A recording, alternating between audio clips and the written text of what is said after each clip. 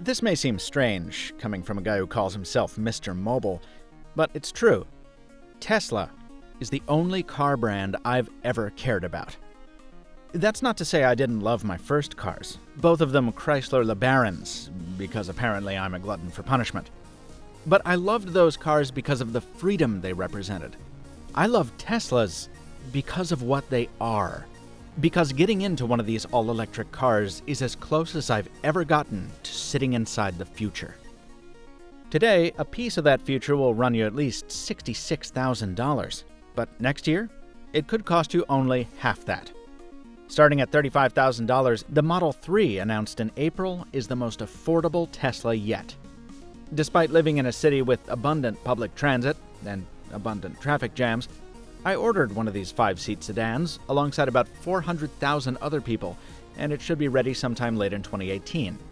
And the question I have is probably the same one you do. Did I make the right call? Will the Model 3 live up to all the buzz? To find out, I needed to learn what driving a Tesla is like today. So I flew to Florida with Derek and Serenity from Tesla Central, and we spent a few days driving the Model S and the new Model X. And what I discovered was that Tesla has the power to turn even the most apathetic driver into an auto aficionado.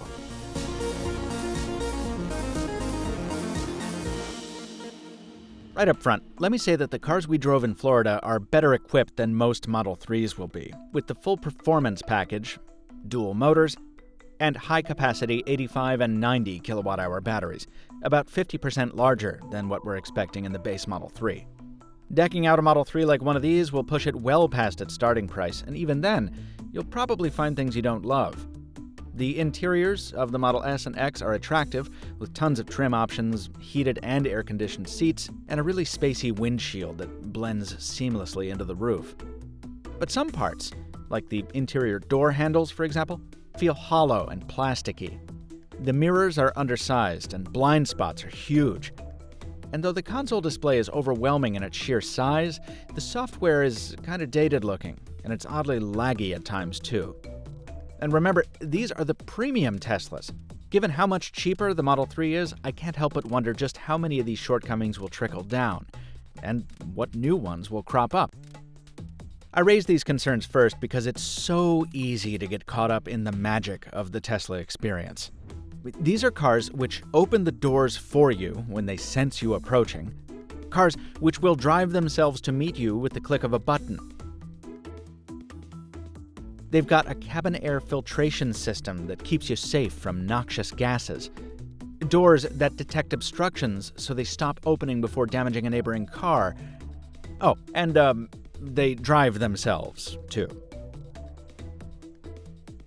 Okay, technically, what Tesla calls Autopilot is really just a combination of existing technologies. But when it's you in the driver's seat, handing over control of the car to itself, well, surreal is an understatement. You double-click a special paddle behind the steering wheel, and the car's ECU starts to look at all the data from its sensors. The long-range radar on the nose, the ultrasonic sensors on the sides, and a forward-looking camera. That keeps an eye on the road markings to keep the car in the proper lane, and it also reads speed limit signs, literally reads them, to keep you from getting pulled over for speeding. All this adds up to a car that can literally drive itself. And whether you're in stop-and-go city traffic or barreling down a long stretch of highway, it's great for a little break if you want to take in the scenery. Or you can just sit slack-jawed at being driven around by a robot car. When you want to park but you're just so exhausted from all that not driving, that's just a button press away, too.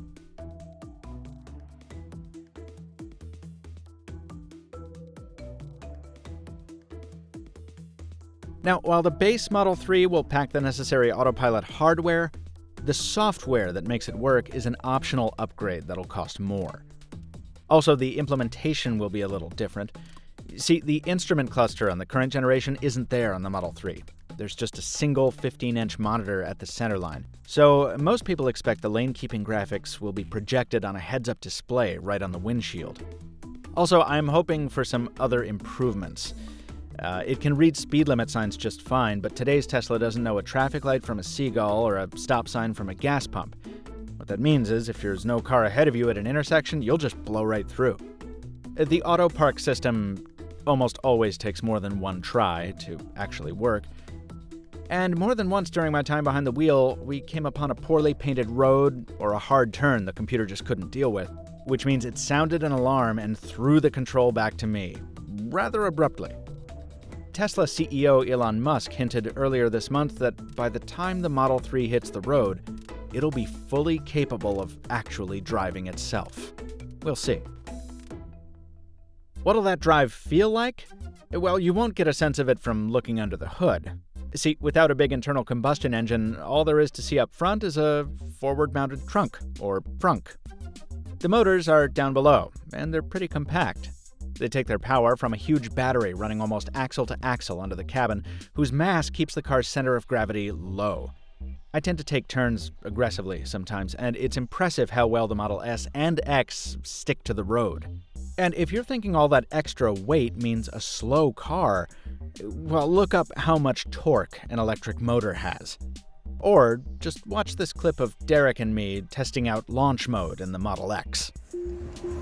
That's enabled. Launch mode this enabled. goes down. I let go of that. Oh, yeah, that's launch mode.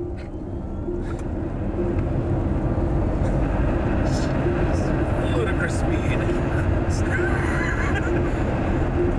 Oh, you even know it's coming.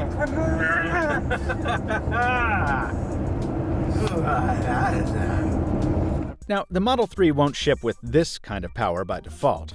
The base trim offers only about half the acceleration of the Model S and X. But the Model 3 will still do 0 to 60 in about 6 seconds, and you'll have the option to add ludicrous speed as well. And when you finally, maybe reluctantly, slow down, the car's even smart about that. It uses regenerative braking to recapture some of the kinetic energy that would otherwise be wasted as heat. It is a little weird from the driver's seat. Every time you take your foot off the gas pedal, the car instantly starts decelerating, but you get used to it. And in exchange, the battery gets a little bit of a recharge every time you slow down. And let's be honest, you're going to want every extra watt hour you can squeeze out of it. The Model 3 is supposed to deliver 215 miles between charges, less than what you'll get from today's larger Teslas, but keeping step with its principal competition. More importantly, you'll be able to recharge the Model 3 via Tesla's nationwide network of superchargers, which are clustered around city centers and deployed along major interstates. You can also charge at home, of course, and at other public stations too. Tesla offers adapters for its special port. But the superchargers can top up your battery at higher speeds. That's relatively speaking anyway. For the Model S, it takes about 30 minutes for 170 miles of range. So on long trips, you'll be refueling more often than you would in a gas-powered car and planning your stops more carefully so you don't find yourself out of juice in the middle of nowhere. Sadly, the Model 3's cheaper price tag means that supercharging won't be free like it is for today's Tesla owners. My remaining concerns have more to do with Tesla itself. For the Model 3, the company has to build at a scale it's never before tried. Even at its current rates, it often faces production delays.